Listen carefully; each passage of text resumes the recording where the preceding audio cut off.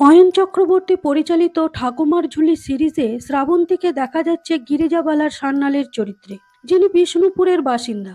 ষাটের কোঠায় পৌঁছানো এক তীক্ষ্ণ বুদ্ধি, সংযত ও গভীর পর্যবেক্ষণকারী নারী। শৃঙ্খলা, মর্যাদা ও নীরব সহনশীলতায় গড়া তার জীবন।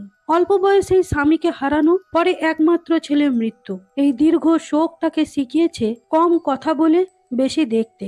সেই অভ্যাসই তাকে মানুষের মন ও পরিস্থিতি বুঝতে অসাধারণ দক্ষ করে তুলেছে। তার নিঃসঙ্গ জীবনের সঙ্গী তিনটি বিড়াল, হরি, বেলা ও ফন্টে, যারা তার সংযত জীবনের এক নরম খামখেয়ালি স্পর্শ। গল্পের মোড় তখনই ঘোরে যখন তার নাতনি যাজ্ঞসেনী ভারতে ফিরে আসে, তার ঘনিষ্ঠ বন্ধু আম্রপালি সিংহ রায়ের বিয়েতে যোগ দিতে। যাজ্ঞসেনী ক্রিমিনাল সাইকোলজির ছাত্রী এবং সান্যাল পরিবারের একমাত্র উত্তরাধিকারী, কিন্তু বিয়েতে এসেই এক অপ্রীতিকর ঘটনায় জড়িয়ে পড়ে গিরিজাবালা। বিবাহ বাসরেই মৃত্যু হয় কনের, এরপর রহস্যজনকভাবে মারা যায় গিরিজাবালার একটি বেড়াল। এগুলো কি নিছকই মৃত্যু নাকি খুন? সিংহরায় বাড়িতে লুকিয়ে রয়েছে কোন রহস্য? এক মৃত্যু বেড়ে হয় তিন, সমস্ত খুনের কিনারা করতে পারবে কি ঠাকুমা?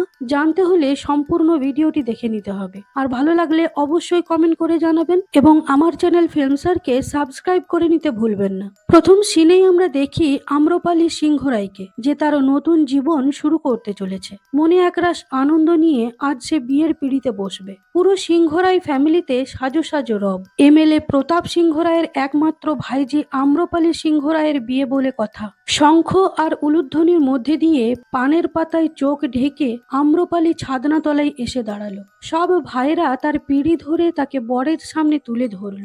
এবার শুভ দৃষ্টি হবে। পানের পাতা সরাতেই হঠাৎই ছন্দপতন। সারাদিনের আনন্দ মুহূর্তে শ্মশানের নিস্তব্ধতায় পরিণত হয়ে গেল। উপর থেকে ধূপ করে নিচে পড়ে গেল আম্রপালি, মাথা ফেটে রক্তে ভেসে যাচ্ছে। কোনো সাড়া শব্দ নেই আম্রপালির। ফ্যামিলি ডাক্তার এসে ওকে দেখে বলল আম্রপালি আর বেঁচে নেই। সবাই অবাক, এত সামান্য উঁচু থেকে পড়ে কেউ মারা যায়? অনেকে বলল মাথায় আঘাত লেগে মৃত্যু হয়েছে হয়তো। এদিকে মল্লভূম থানায় এসেছে গিরিজাবালা সান্যাল, সাথে একমাত্র নাতনি যাজ্ঞসেনী। সে লন্ডনে থাকে, ওর বান্ধবী আম্রপালির বিয়ের জন্যই এই বিষ্ণুপুরে এসেছে।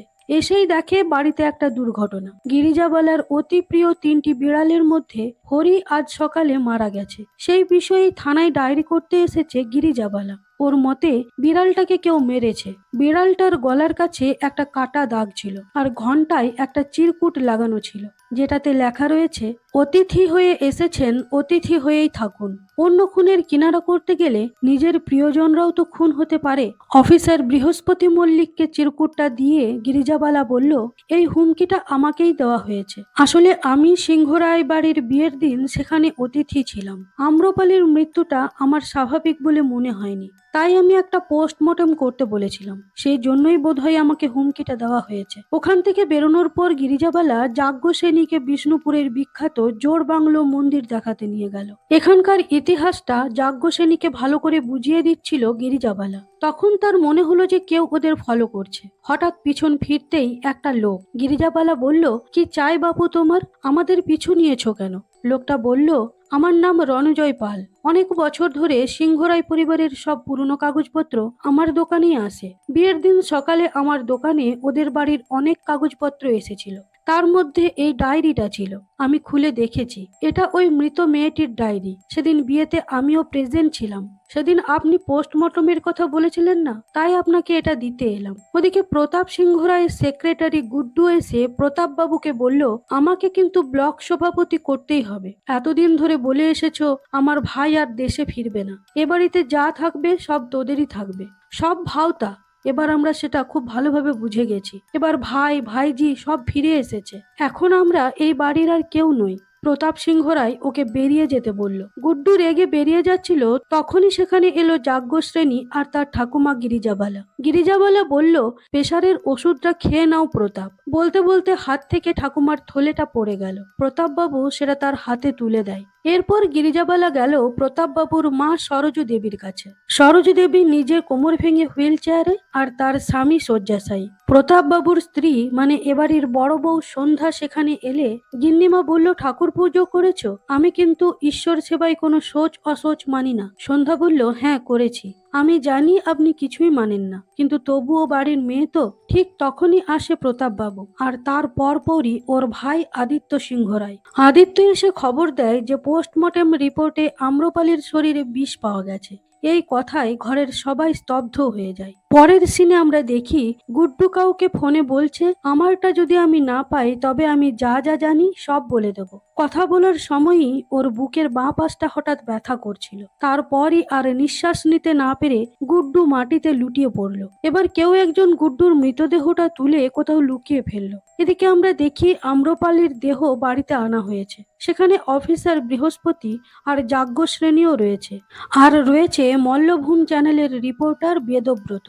প্রতাপ সিংহ রায় বলল, বার্নিং ঘাটে যেন কোনো মিডিয়া না থাকে, সেটা দেখে নেবেন। অফিসার বলল, কাল সবার সাথে কথা বলবো, বাড়ির সবাই সেখানে থাকবেন। কাল জেরা করার সময় আমাকে থাকতে দিতে হবে, নইলে আমার বেড়াল হরিকে কে মারলো সেটা খুঁজে বার করতে হবে। আমি থানায় গিয়ে বসে থাকবো। অফিসার ভাবল, বেড়ালের খুনি খুঁজে বার করার থেকে এটাই শ্রেয়। বার্নিং ঘাট থেকে বাড়ি ফেরার সময় যাজ্ঞ শ্রেণী দেখলো এই বাড়ির মেয়ে মানে আম্রপালির পিসি অনু তার ছেলে টুকাই, যার ভালো নাম অরিত্র, তাকে ভয়ে ভয়ে বলছে, তুই কিছু করিসনি তো টুকাই? সেদিন তো তোর সাথে তোর ছোট মামার কথা কাটাকাটি হলো। টুকাই বলল, তুমি কি পাগল হয়ে গেলে? আমরা দেখি কদিন আগে সিংহরাই বাড়িতে খাবার টেবিলে এই সম্পত্তি নিয়ে বিশাল ঝামেলা চলছে। অরিত্র বলল, মেজমামা তো এতদিন বিদেশে ছিল, এখানের কিছু দেখেওনি করেওনি, তাহলে আজ হঠাৎ ও এসে সম্পত্তি 3 ভাগ হওয়ার কথা বলছে কেন? আর যদি সম্পত্তি নেবার উদ্দেশ্যেই এসেছে তাহলে মিথ্যা বলছে কেন যে শিকড়ের টানে দেশে ফিরেছে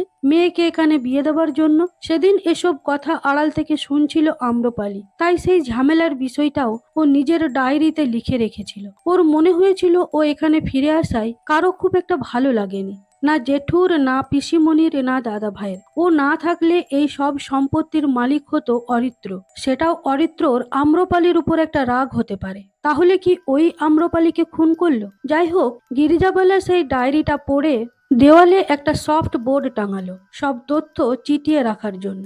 সবার নাম, ঠিকানা, উদ্দেশ্য চোখের সামনে থাকবে। যেমন আম্রপালির যার সাথে বিয়ে হচ্ছিল, জয়ন্ত।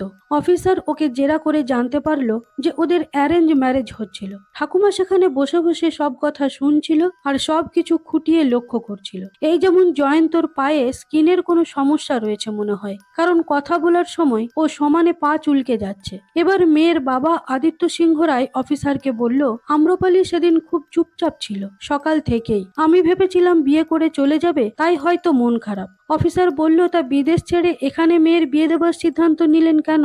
আদিত্য বলল, কারণ বিষ্ণুপুরটা আমার রুট, তাই। এবার প্রতাপবাবুকে জিজ্ঞেস করলে সে বলল, এই খুনটা অবশ্যই সম্পত্তির জন্য হয়েছে। আমাকে গুড্ডু সেদিন থ্রেট করেছিল বটে, কিন্তু তার সঙ্গে এই মৃত্যুর কি সম্পর্ক থাকতে পারে? কারণ গুড্ডু তো আর এই বাড়ির কেউ নয়। এবার বড় বউ সন্ধ্যাকে জিজ্ঞেস করলে সে বলল, অমন একটা ফুটফুটে মেয়ের উপর কার এত রাগ থাকতে পারে? কে প্রতিশোধ নিতে পারে? তাছাড়া এখানকার সাথে ওর সম্পর্কটাই বা কতটুকু? ঠাকুমা বলল, বিয়ের আগের দিন বাড়িতে কি কোনো ঝামেলাঝাটি হয়েছিল? সন্ধ্যা বলল, হ্যাঁ হয়েছিল। সেদিন টুকাই ওর মেজমামাকে সম্পত্তির জন্য অনেক কথা শুনিয়েছিল। টুকাই সেখান থেকে চলে যাবার পর আমার স্বামী মানে প্রতাপ সিংহ রায়ের কথাবার্তা শুনে মনে হচ্ছিল ও টুকাইকেই সাপোর্ট করছে। এবার বাড়ির মেয়ে অনু এসে বলল, সেদিন আদিত্য ওকে অনেক কথা শুনিয়েছিল। টুকাই যখন 1 বছরের তখন ওর বাবা আমাদের ছেড়ে চলে যায়। আদিত্যই সেদিন আমাদের এই বাড়িতে নিয়ে এসেছিল, কিন্তু আমি ভাবতে পারিনি যে এতদিন পর আদিত্য সেই সব কথা তুলে সম্পত্তির খোঁটা দেবে। অরিত্র বাড়ি ছিল না বলে ওকে জেরা করা হলো না, তাই ঠাকুমা এবার আম্রবালির মা মালিনীর সাথে কথা বলতে গেল।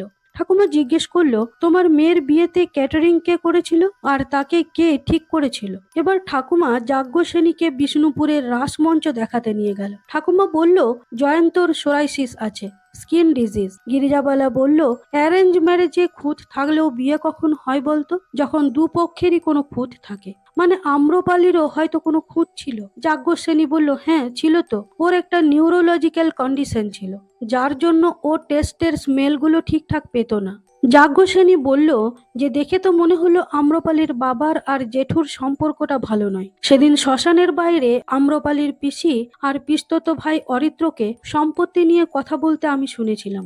সেই সময় বাড়ির কাজের মেয়ে লক্ষ্মী এসে খবর দিল যে কাগজের দোকানদার রণজয় পাল মারা গেছে, বসে বসেই নাকি হার্ট অ্যাটাক হয়েছে। এই কথা শুনে গিরিজাবালা সেই খবর থানায় অফিসার বৃহস্পতি মল্লিককে জানাতে গেল। সেই আম্রপালির ডায়েরিটাও অফিসারকে দেখালো। ঠাকুমা রণজয়ের মৃতদেহ পোস্টমর্টম করার কথা বললে অফিসার বলল, শুধুমাত্র এই ডায়েরির ভিত্তিতে কি কারোর পোস্টমর্টম করা যায়? আর ওর বউ তো কোনো রিপোর্ট করেনি। রণজয়ের হার্টের সমস্যা ছিল। ঠাকুমা চলে যাবার আগে অফিসারকে আম্রপালির বিয়ের ক্যাটারার বিপিন সরকারকে ডেকে জেরা করতে বলল। ওদিকে সিংহরাই বাড়িতে ক্যাটারারের লোকেরা জিনিসপত্র গোটানোর সময় দেখলো একটা আইসক্রিমের ফ্রিজার নেই। ওরা ভাবলো শোকের ঘর হয়তো দরজা খোলা ছিল, কেউ চুরি করে নিয়েছে। কিন্তু এখন কিছু ওরা না বলে পরে টাকা চেয়ে নেবে ঠিক করে চলে গেল। এদিকে ঠাকুমা আর নাতনি রণজয়ের দোকানে গিয়ে হাজির। ওখানে প্রতাপ সিংহ রায়ের একটা ফাইল চোখে পড়ল ঠাকুমার। সেটা খুলে দেখলো ভিতরে একটা চিরকুট রয়েছে, গীতার একটা শ্লোক লেখা রয়েছে তাতে, আর একটা চায়ের কাপ নামানো রয়েছে। তার মানে রণজয় মৃত্যুর আগে চা খেয়েছিল। কিন্তু দোকানে ওকে চা দিয়ে গেল কে? আশেপাশে তো কোনো চায়ের দোকানও দেখছি না। আর এই ফাইলটাই বা এখানে কে রাখলো? রাত্রে ডিনার টেবিলে সবাই বসেছিল, তখন সেখানে টলতে টলতে ঢুকলো অরিত্র। ওর নেশার লত আছে। প্রতাপবাবু বলল, কাল তো তুই থানায় যাবি, বেফাস কিছু বলে ফেলিস না। বিনি আর মিনতিকেও সঙ্গে নিয়ে যাবি। এই বিনি আর মিনতি এই বাড়ির কাজের লোক। মিনতি এই বাড়িতে 10 বছর হলো কাজ করছে, আর বিনি 5 বছর হলো এসেছে। পরের দিন থানায় জেরা করার সময় বিনি বলল, ও বাড়িতে খুন করার মতো কেউ আছে বলে তো আমার মনে হয় না। এরপর হারু বাড়ুই আর ওর বউ মিনতি বাড়ুই থানায় আসে। এখানে আমরা জানতে পারি যে মিনতি কথা বলতে পারে না। হারু বলল, আমি ওদের বাড়িতে কাজ করার সাথে সাথে ঘুরে ঘুরে চা বিক্রি করি। বাইরে গিরিজাবালা বলল, রণজয়ের মৃত্যু চায়ে হয়েছিল, পোস্টমর্টেম না হলেও এটা আমি শিওর। আর এই হারুও চা বিক্রি করে। কি অদ্ভুত না? কথা বলতে বলতে ওরা দেখলো যে জয়ন্ত একটা গাছের আড়ালে একটি মেয়ের হাত ধরে প্রেম করছে। সেই মুহূর্তে একজন বোরখা পরা লোক এসে যাজ্ঞসেনীর ব্যাগ ছিনিয়ে নেবার চেষ্টা করছিল। ঠাকুমার হাতে ছিল একটা পিতলের বড় জাঁতি। সেটা ছুঁড়ে মারতেই লোকটা ভয় পেয়ে পালিয়ে গেল। এই ঘটনায় ঠাকুমা ভীষণ ভয় পেয়ে গেছে। নিজে যতই সাহসী বা বুদ্ধিমতী হোক না কেন, যাজ্ঞসেনী ওর একমাত্র নাতনি। সেই কবে ওর ছেলেকে হারিয়েছে। নাতনিকে খাবার দেওয়ার সময় গিরিজাবালার মন পড়েছিল সেই ব্যাগ ছিনতাইয়ের ঘটনার দিকে। যে ব্যাগটা ছিনতাই করছিল তার ডান হাতের আঙ্গুলে একটা কচ্ছপের আংটি ছিল, আর সেরকমই একটা আংটি ও মিনতির হাতে দেখেছে। খাওয়া শেষ হলে ঠাকুমা আবার সেই সফট বোর্ডের কাছে এলো। ব্যাগ থেকে একটা কাগজ বের করতে গিয়ে আবারও একটা চিরকুট দেখতে পেল গিরিজাবালা। সেটাতে লেখা রয়েছে, একটা বিড়াল মরলো, তাতে ঠাকুমা বুঝি নড়লো, কিন্তু যদি না সে থামে এবার সবাই মরলো। এটা তো সরাসরি যাজ্ঞসেনীকে মেরে ফেলার হুমকি দেওয়া হয়েছে। অফিসারকে ডেকে পাঠিয়ে সেটা জানালো গিরিজাবালা। ঠাকুমার মনে হচ্ছে এই চিরকুটটার জন্যই ব্যাগটা ছিনতাই করা হচ্ছিল। ওদিকে টুকাই ড্রাগসের নেশাতে পাগলের মতো করছে। ওর মায়ের হাতে পায়ে ধরছে টাকার জন্য, সব ভাঙচুর করে দিচ্ছে। অনু কি ভীষণ অসহায়। এই ছেলেকে নিয়ে ও কি করবে ভেবে পাচ্ছে না। গিরিজাবালা আর যাজ্ঞসেনী গেল সিংহরাই বাড়িতে। আজ আম্রপালির 4 দিনের কাজ। অন্যদিকে বাইরে কিছু ছোট ছেলে ক্রিকেট খেলছিল। বলটা জঙ্গলের দিকে চলে যাওয়ায় একটা ছেলে সেই বল খুঁজতে গিয়ে একটা ভাঙা বাড়িতে সেই ফ্রিজারটা দেখতে পাই। সেটা খুলতেই আমরা দেখি তার ভিতরে রয়েছে গুড্ডুর মৃতদেহ। এদিকে ঠাকুমা গিন্নিমার সাথে কথা বলে জানতে পারলো এই 2 মাস আগে যেদিন বিয়ের দিন ঠিক হলো তার পরের দিনই উনি বাথরুমে পড়ে যান। মেঝেতে গ্লিসারিন পড়েছিল, তাতেই পা হড়কে এই অবস্থা। ঠাকুমা বলল, আপনারা কি দুর্গাপূজা থেকে গ্লিসারিন ব্যবহার করেন? বাইরে আম্রপালির শ্রাদ্ধের কাজ চলছিল, সেখানে সবাইকে শরবত দিচ্ছিল মিনতি। ঠাকুমা লক্ষ্য করলো আজ মিনতির হাতে সেই আংটিটা নেই, আর অরিত্র কেমন জড়সড় হয়ে ওর মায়ের কোলের কাছে বসে রয়েছে। ঠাকুমা ওকে দেখে বুঝতে পারলো অরিত্র নেশাগ্রস্ত। ঠাকুমা বাড়িতে এসে সফট বোর্ডে মিনতির নামটা লিখতে বলল। যাজ্ঞসেনী বলল, কিন্তু ও তো কথা বলতেও পারে না। ঠাকুমা বলল, কথা না বলার সাথে খুনের কি সম্পর্ক? খুন করতে তো আর মুখ লাগে না, হাত পা লাগে। ওদিকে অফিসার সেই পুরনো বাড়িতে তার ফোর্স নিয়ে পৌঁছে গেছে। গুড্ডুর মৃতদেহ উদ্ধার করে পোস্টমর্টমের জন্য পাঠিয়ে দেওয়া হলো আর বিপিন কেটারারকে খবর দিতে বলা হলো। এদিকে যাজ্ঞসেনী গেছে মৃত রণজয়ী পালের স্ত্রীর কাছে। ঘটনাক্রমে সেখানে এসেছে সেদিনের সেই রিপোর্টার বেদব্রত চক্রবর্তী। ও যাজ্ঞসেনী আর ঠাকুমার একটা ইন্টারভিউ করতে চাই। যাজ্ঞসেনী রণজয়ের স্ত্রীকে বলল, আপনার স্বামী আম্রপালির একটা ডায়েরি দিয়েছিল আমাদের, সেই ডায়েরির খোঁজে সিংহরাই বাড়ি থেকে কি কেউ এখানে এসেছিল? রণজয়ের বউ বলল, দোকানের খবর তো আমি জানি না। যাজ্ঞসেনী বলল, রণজয়ের মৃত্যুটা কিন্তু হার্টফেল নয়, ও খুন হয়েছে। তাই দোকানে রণজয়ের পরিচিত কারোর কাছ থেকে খোঁজ নিয়ে জানতে পারেন যে কেউ এসেছিল কিনা। ওদিকে কেটার আর বিপিন থানায় এসেছে। ও বলল যে ফ্রিজার কিভাবে চুরি গেছে ও জানে না। সন্ধ্যাবেলায় চা খাবার সময় অনু তার ছেলেকে চা দিতে গিয়ে দেখলো অরিত্র তার বিছানায় মরে পড়ে আছে। অনু তার একমাত্র ছেলেকে হারিয়ে কেমন দিশাহারা হয়ে পড়েছে। এদিকে ঠাকুমা তার নাতনিকে বলল, সব খুনগুলোর মধ্যেই একটা প্যাটার্ন রয়েছে। যেমন আম্রপালি মারা গেল সিংহরাই বাড়িতে, বাড়ির কুলদেবতা কৃষ্ণ।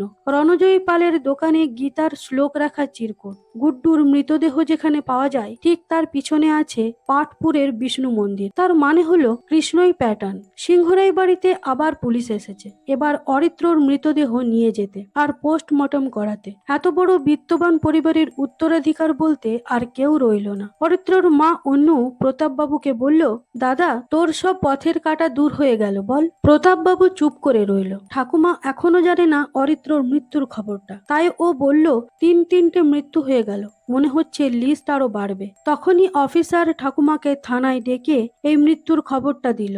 সাথে যাজ্ঞশ্রেণী আর বেদব্রতও ছিল। আম্রপালির ডায়েরির একটা পাতায় লেখা ছিল যে আসার পর থেকে আবারও ঘুমের মধ্যে ট্রমাটা ফিরে ফিরে আসছে, যেটা অনেক বছর হলো ভুলেছিলাম আমি। সেই ভয়াবহ ঘটনার পর থেকেই আমার টেস্ট মেল আমি সব হারিয়ে ফেলেছি। ডায়েরিটা পড়ে ঠাকুমা বলল, তার মানে অতীতে কোনো ভয়ঙ্কর দুর্ঘটনা আছে সিংহরাই বাড়িতে। মৃতের শরীরে যে বিষটা পাওয়া যাচ্ছে তার নামটা কি সেটা অফিসারকে জানতে বলল ঠাকুমা। তারপর ঠাকুমা অফিসারকে বলল, অরিত্রর ঘরে কি তুমি কোনো চিরকুট দেখেছো? পুলিশের টিম ঘটনাস্থলের কিছু ফটো তুলেছে। সেগুলো দেখতে গিয়ে গিরিজাবালা লক্ষ্য করলো অরিত্রর বিছানার কুশনে একটা ময়ূরের পালক আঁকা রয়েছে, মানে কুশনের কভার চেঞ্জ করা হয়েছে। থানা থেকে বেরিয়ে রাস্তায় হাঁটতে হাঁটতে ওরা কথা বলছিল, তখনই একটা বাইক এসে ঠাকুমাকে ধাক্কা দিতে যাচ্ছিল।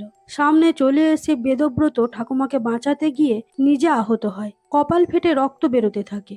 এই নিয়ে গিরিজাবালার উপর 3 নাম্বার অ্যাটাক করা হলো। গিরিজাবালা পরদিন থানায় গিয়ে জানতে পারলো যে গুড্ডুর ব্লাড রিপোর্টেও বিষ পাওয়া গেছে, আর বিষটার নাম সারবেরা ওডোলাম। এবার জয়ন্ত একটা রহস্যজনক চিরকুট পেয়ে ঠাকুমার কাছে ছুটে আসে। ঠাকুমা বলল, তোমার স্কিনের প্রবলেমটা কতদিনের? জয়ন্ত বলল, 10 বছর। ঠাকুমা বলল, অন্য মেয়ের সাথে প্রেম করছো, তাহলে আম্রপালিকে বিয়ে করতে রাজি হলে কেন? জয়ন্ত বলল, আমার বাবার সাথে আদিত্য সিংহ রায়ের চেনা জানা ছিল। আমি যাকে ভালোবাসি মৌমিতা, ওরা ব্রাহ্মণ নয়, তাই আমার বাড়ি থেকে মেনে নিচ্ছিল না। আদিত্য সিংহ রায় আমার বাবাকে জানায় যে ওর মেয়ের একটা সমস্যা আছে, তাই আমার বাবাও আমার অসুখের কথাটা বলে আমাদের বিয়ে ঠিক করে। মৌমিতাকে বিয়ে করলে বাবা আমাকে কিছুই দিত না, তাই ভেবেছিলাম আম্রপালিকে বিয়ে করে কিছুটা প্রপার্টি আমার নামে হবে, তারপর আমি ওকে ডিভোর্স দিয়ে দেব।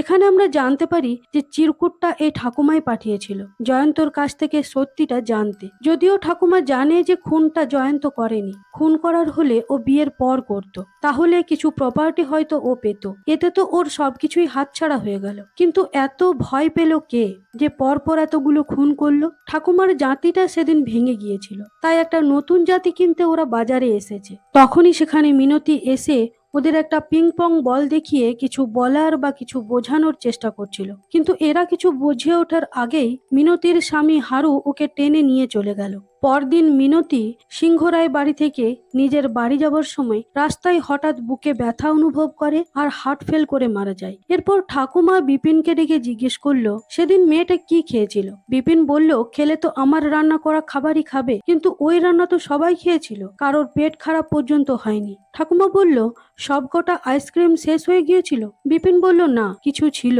ঠাকুমা বলল, কিন্তু গুড্ডুর বডি যেখানে পাওয়া গেল ওখানে তো কোনো আইসক্রিম বা ওর প্যাকেট পাওয়া যায়নি, তাহলে সেই আইসক্রিমগুলো গেল কোথায়? এদিকে আমরা দেখি হারু বেশ কিছু আইসক্রিম ওর ফ্রিজে রাখছে, আর ওদিকে যাজ্ঞশ্রেণী এসে খবর দিল যে মিনতি মারা গেছে। ভয়ে বিনি সিংহরাই বাড়িতে কাজ ছেড়ে দিচ্ছে, কে জানে কখন ওর পালা পড়ে। ঠাকুমা বিনিকে ডেকে পাঠিয়ে বলে ও বাড়ির লোকেদের মধ্যে সম্পর্ক কেমন। বিনি বলল ওপর ওপর সব ভালো, কিন্তু ভিতরে ভিতরে কেউ কাউকে দেখতে পারে না। এই বাড়িতে শুধুমাত্র বড় বৌদি একটু মানুষের মতো মানুষ। ঠাকুমা জিজ্ঞেস করলো আম্রপালির বিয়ের দিন ওই বাড়ি থেকে কিছু খবরের কাগজ বিক্রি করেছিল, কে করেছিল সেটা? বিনি বলল আর বলবেন না ঠাকুমা, ওই কাগজ বিক্রি করা নিয়ে এক ভীষণ কাণ্ড হয়েছিল। প্রচন্ড বকাঝোকা খেয়েছিলাম আমি বড় বৌদির কাছ থেকে। এদিকে যাজ্ঞসেনী গেছে থানায়। ও বলল মিনতির কাছ থেকে কি কি পাওয়া গেছে।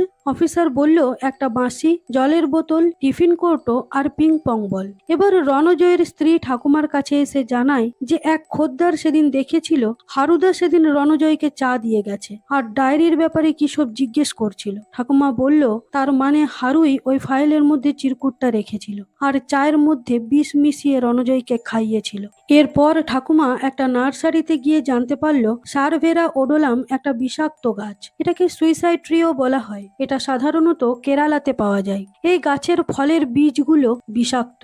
এদিকে হারু ফোনে কারোর উপর ভীষণ রেগে চিৎকার করে বলল আপনি কিন্তু আমার সাথে বেমানি করলেন। আমি আপনার সব কথা শুনে কাজ করেছি, কিন্তু তাও আপনি আমার মিনতিকে মেরে ফেললেন। আমি কিন্তু আপনাকে ছাড়বো না, সব পুলিশকে বলে দেব। ওদিকে হারুর মেয়ে হারুর জন্য আলু কাবলি বানিয়েছে, খুব আদর করে ওর বাবাকে খেতে দিল। এদিকে ঠাকুমা বেদব্রতকে বলল আমি একবার হারুর সাথে কথা বলতে চাই। হারুর বাড়ি এসে ঠাকুমা দেখলো হারু মৃত। ওর মেয়েটা বলল আমার বানানো আলু কাবলি খাবার পর থেকেই বাবা আমার সাথে আর কথা বলছে না। ঠাকুমা দেখলো মেয়েটি যেখানে আলু কাবলি বানাচ্ছিল সেখানে একটা শুকনো পাতা পড়ে রয়েছে। সেটা তুলে নিয়ে মেয়েটিকে সাথে নিয়ে ওরা চলে গেল। এরপর গিরিজাবালা একটা জড়িবুটির দোকানে গিয়ে জানতে পারলো এই পাতাটা বিষ গাছের পাতা। এটা দিয়ে এই দোকানে কোনো ওষুধই তৈরি হয় না। দোকানদার বলল আপনি এটা একটা মাত্র জায়গাতেই পেতে পারেন। ঠাকুমা এবার একটা এক চোখ কানা মেয়ের কাছে গেল।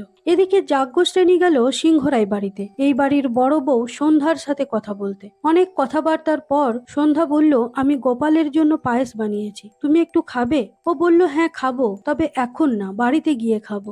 আপনি আমাকে একটা টিফিনে দিয়ে দিন। বাড়িতে এসে ঠাকুমাকে সেটা দিলে ঠাকুমা বলল তুমি খাওনি তো? যাজ্ঞসেনী বলল তুমি তো বারণ করে দিয়েছিলে। গিরিজাবালা বলল বৃহস্পতিকে ফোন করে বল যে কাল সকালে সিংহরাই বাড়িতে যেন সবাই উপস্থিত থাকে। পরদিন সিংহরাই বাড়ির ড্রয়িং রুমে সবাই জড়ো হয়েছে। আজ হবে রহস্য উদ্ঘাটন, কে কিসের প্রতিহিংসায় এতগুলো খুন করলো। ঠাকুমা বলল এই প্ল্যানটা শুরু হয় প্রায় 2 মাস আগে থেকে, যেদিন বাথরুমে গ্লিসারিনে পা স্লিপ করে সরোজি দেবী পড়ে যায় আর কোমর ভেঙে যায়। কিন্তু পুজোর সময় তো গ্লিসারিন মাখার মতো ঠান্ডা পড়ে না, তাই ওটা প্ল্যান করেই মেঝেতে ফেলে রাখা হয়েছিল। এবার প্রশ্ন হলো খুনি কেন একজন বয়স্ক মহিলার হাড় ভাঙার দিকে মনোযোগ দিল? কারণটা হলো আম্রপালির বিয়ের এও স্ত্রীর সব কাজ খুনি নিজে করতে চেয়েছিল, কিন্তু সরোজি দেবী এও স্ত্রী থাকতে অন্য কেউ তা করতে পারবে না, তাই ওর কোমর ভেঙে দেওয়া হয়। কি ঠিক বলছি তো সন্ধ্যা? সবাই অবাক হয়ে সন্ধ্যার দিকে তাকিয়ে থাকে। ঠাকুমা বলল ঘরের সবচেয়ে বড় সধবা সরোজ দেবী ঠিক থাকলে সকাল থেকে দধিমঙ্গল, সারাদিনের অল্প স্বল্প শরবত আম্রপালিকে সন্ধ্যা খাওয়াতে পারতো না। আমরা দেখি বিয়ের দিন ভোরে সন্ধ্যা আম্রপালিকে পায়েস খাইয়েছিল, তার কিছুক্ষণ পর শরবত দিয়েছিল। তখন থেকেই আম্রপালির শরীরে কেমন অদ্ভুত ফিল করছিল। এরপর গুড্ডু গুড্ডু প্রতাপের কাছ থেকে পাত্তা না পেয়ে সন্ধ্যাকে ব্ল্যাকমেল করছিল, কারণ সন্ধ্যার বিষ চিকিৎসকের কাছে যাতায়াতের খবর ছিল গুড্ডুর কাছে। ফলে দ্বিতীয় খুন।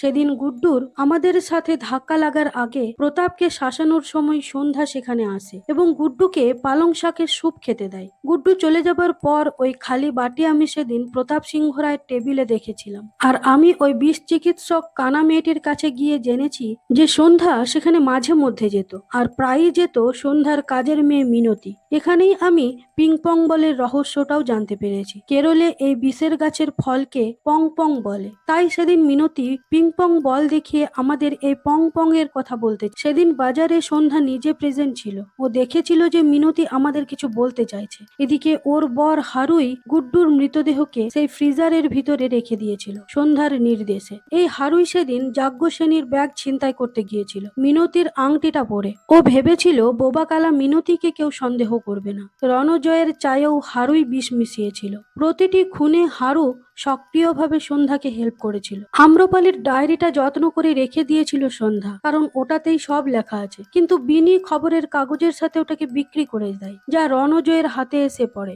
সেই কারণেই রণজয়কে মরতে হয়। মিনতি আমাদেরকে সবকিছু বলে দিচ্ছে দেখতে পেয়ে সন্ধ্যা ঠিক করে এবার মিনতিকে মেরে ফেলতে হবে। তাই পরদিন সকালে মাছের সাথে সে বিষ মিশিয়ে অনুকে দিয়ে মিনতির কাছে পাঠিয়েছিল, যা খেয়ে মিনতি মারা যায়। সন্ধ্যা জানতো ও নিজে মাছটা দিতে গেলে মিনতি খাবে না। এদিকে মিনতির খুনের পর হারু রেগে গিয়ে সন্ধ্যাকে ভয় দেখায় পুলিশের কাছে যাবে বলে, তাই ওকেও মারতে হয়। মিনতির মৃত্যুর পরদিন ওর মেয়েকে খাওয়ানোর অছিলায় রান্নাঘরে ডেকে নিয়ে গিয়েছিল সন্ধ্যা। কথায় কথায় জিজ্ঞেস করেছিল মেয়েটি কি কি বানাতে পারে। বাচ্চা মেয়েটি বলেছিল ও আলু কাবলি বানাতে পারে, ওর বাবার জন্য মাঝের মধ্যে বানিয়েও দেয়। ওর বাবা নাকি ঝাল খেতে খুব পছন্দ করে। সেই সুযোগটাই কাজে লাগিয়ে সন্ধ্যা বাচ্চা মেয়েটির হাতে ওই বিষ ফল দিয়ে বলেছিল এটা তোমার বাবার আলু কাবলিতে মিশিয়ে দেবে, দেখবে বেশ ঝাল ঝাল টেস্টি হবে, তোমার বাবার খুব ভালো লাগবে। হারুর মেয়ে তাই করেছিল, ফলে সেই বিষ মাখানো আলু কাবলি খেয়ে হারু মারা যায়। অনু বলল, মাসিমা, বৌদি কি আমার অরিত্রকেও মেরেছিল? কিন্তু এটা কি করে করলে বৌদি? তুমি যে ওকে নিজের হাতে মানুষ করেছিলে। অরিত্রর মৃত্যুর কারণ ও আম্রপালির শরবতে সন্ধ্যাকে কিছু মেশাতে দেখেছিল, তাই ব্ল্যাকমেল করে সন্ধ্যার কাছ থেকে টাকা চাইছিল নেশা করার জন্য। ওর সিগারেটে বিষ মিশিয়ে অরিত্রকে খুন করে সন্ধ্যা। সন্ধ্যার প্রত্যেকটা খুনেই একটা করে কৃষ্ণর রেফারেন্স আছে। প্রতিটি মৃতর কাছেই শ্রীকৃষ্ণের কিছু না কিছু জিনিস ও রেখে দিয়েছে, যেমন গীতার শ্লোক, কুশনে ময়ূরের পালক, বাঁশি, বিষ্ণু মন্দির। সন্ধ্যার ধারণা ছিল কৃষ্ণই ধ্বংস করেন, কৃষ্ণই সৃষ্টি করেন, তাই খুনি তার কর্ম করছে, পাপ করছে না। ও আমাকেও মারবার জন্য পায়েসে বিষ মিশিয়ে পাঠিয়েছিল। এবার আমরা জানতে পারি এতগুলো খুনের কারণ। সন্ধ্যা এতক্ষণ বসে চুপচাপ সব শুনছিল। এবার একটা ফটো বার করে কাঁদতে কাঁদতে বলল, আমার একটা ছোট্ট মেয়ে ছিল, চন্দ্রাবতী। সেদিন সকালে ও আর আম্রপালি বাইরে খেলছিল। মালিনী নতুন গাড়ি চালানো শিখছিল। ওর গাড়ি এসে সোজা আমার মেয়েকে ধাক্কা মারে, যাতে আমার ওই ফুটফুটে মেয়েটা মারা যায়। পুলিশ, প্রেস, মিডিয়া সবার থেকে লুকোনোর জন্য প্রতাপ রাতারাতি আদিত্য, মালিনী আর আম্রপালিকে বিদেশে পাঠিয়ে দেয়। শাশুড়ি মা আমাকে বলেছিলেন সবই নাকি আমার নিয়তি, আমাকে শক্ত হয়ে কাজ করতে হবে, বাড়ির পুজো বন্ধ করা চলবে না, যতই শোক তাপ আসুক। প্রপারলি গাড়ি না শিখে স্টিয়ারিং এ বসে গাড়ি চালিয়ে আমার মেয়েটাকে মেরে ফেলাটা নাকি আমারই নিয়তি, মালিনীর কোনো দোষ নয়। শেষমেশ নিজের সব অপরাধ স্বীকার করে নেয় সন্ধ্যা, আর ওকে গ্রেপ্তার করা হয়। আজও যাবার আগে ও ঠাকুরের জন্য পায়েস বানিয়েছে। সন্ধ্যা যাবার সময় ওর শাশুড়িকে দিয়ে বলল, এটা খেয়ে নেবেন মা, এতে কিন্তু আমি বিষ মেশাইনি, এই দেখুন আমি নিজে খাচ্ছি। তো বন্ধুরা, এখানেই কাহিনীটিকে শেষ করা হয়েছে। আমার ভিডিও এক্সপ্লেনেশন ভালো লেগে থাকলে অবশ্যই লাইক কমেন্ট করে জানাবেন, আর আমার চ্যানেল ফিল্মসারকে সাবস্ক্রাইব করে নিতে ভুলবেন না। আজকের মতো এখানেই শেষ করছি, আবার দেখা হবে পরবর্তী কোনো ভিডিওতে। ধন্যবাদ।